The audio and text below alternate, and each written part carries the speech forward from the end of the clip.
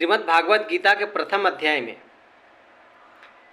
धृतराष्ट्र अपने सचिव संजय से पूछता है कि संजय बताओ कि अभी क्या चल रहा है, क्योंकि संजय के पास दिव्य दृष्टि थी और संजय ये सब बैठे बैठे धृतराष्ट्र को बता रहा था कि युद्ध में क्या होने वाला है, क्या नहीं होने वाला है, क्या हो रहा है, नहीं हो रहा है, सारी चीज़ें बता रहा था। अब धृतराष्ट्र पूछता है कि हमारे इस धर्म क्षेत्र में जो कुरुक्षेत्र है, वहाँ पर आज हमारे बेटों और हमारे भतीजों के बीच जो तनातनी चली है, युद्ध मैदान में खड़े हैं, उसका क्या स्थिति है।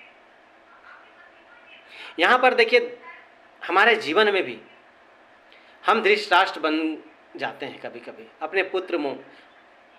और ये पुत्र मोह क्या है कि जब जब कोई बच्चा गलत करे, अपना या आपसे छोटे अगर कोई गलत करे और वहाँ पर मौजूद हैं, तो आपके पास यदि कमज़ोर हैं तो कोई बात नहीं है, लेकिन आप अपने बच्चों के पास तो कमज़ोर नहीं हो सकते हैं। हम अपने बच्चों के पास तो कमज़ोर नहीं हो सकते। हमारे बच्चों को तब हम डांट सकते हैं, लेकिन धृतराष्ट्र अपने बच्चे को डांटा ही नहीं,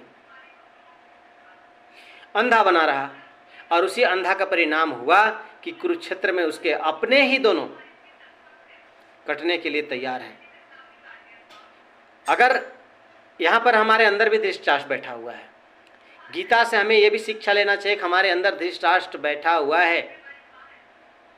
और वो धृतराष्ट्र कैसे है कि जब हमारे कोई बच्चे कोई गलत काम करे, कोई बदमाशी करे, तो हमें उस समय जरूर रोकनी चाहिए, विरोध करना चाहिए, क्योंकि बच्चे को पता नहीं होता है उस समय, बट और वे धीरे धीरे बड़े होते चले जाएंगे। जो धृतराष्ट्र का बच्चे उदंड होते चले गए, तो हमें यहाँ पर रोकना चाहिए। दूसरी बात है कि यदि हम जहाँ पर हैं वहाँ पर यदि कोई गलत कार्य होता है और हमें लगे कि हम यहाँ पे ताकतवर हैं, हमारे अंदर हम इसको रोक सकते हैं, तो जरूर विरोध करना चाहिए।